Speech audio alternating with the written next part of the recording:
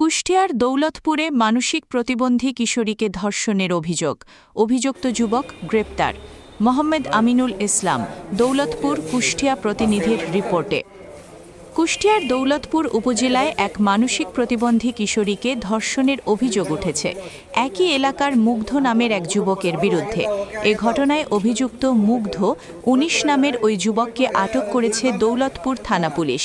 পরে তাকে বিজ্ঞ আদালতে সোপর্দ করা হলে আদালতের নির্দেশে কুষ্টিয়া জেলা কারাগারে পাঠানো হয়। আটককৃত মুগ্ধ দৌলতপুর উপজেলার আদাবাড়ি ইউনিয়নের ধর্মদহ গ্রামের রাফিউল ইসলামের ছেলে। জানা গেছে, শনিবার রাত আনুমানিক ৯টার দিকে উপজেলার ধর্মদহ গ্রামের মাথাভাঙা নদীর পাশে নির্জন একটি এলাকায় মানসিক প্রতিবন্ধী ওই কিশোরীকে এক বন্ধুর সহায়তায় উঠিয়ে নিয়ে ধর্ষণ করে মুগ্ধ।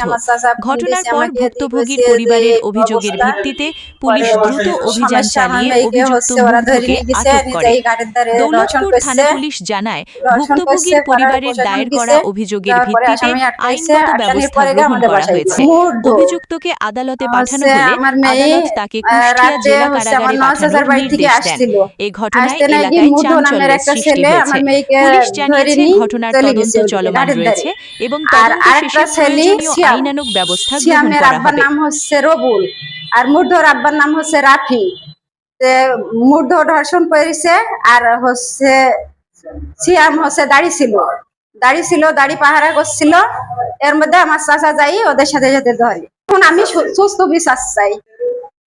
আমি রাত্রে নদীর ধারে যাচ্ছি, যাইতে দেখছি নদীর ধার থেকে আমার পাশ দিয়ে চিকন রাস্তা, দুপাই চিকন রাস্তা, ওই রাস্তার থেকে আমার পাঁচ অব্দি উঠে চলে আসছে।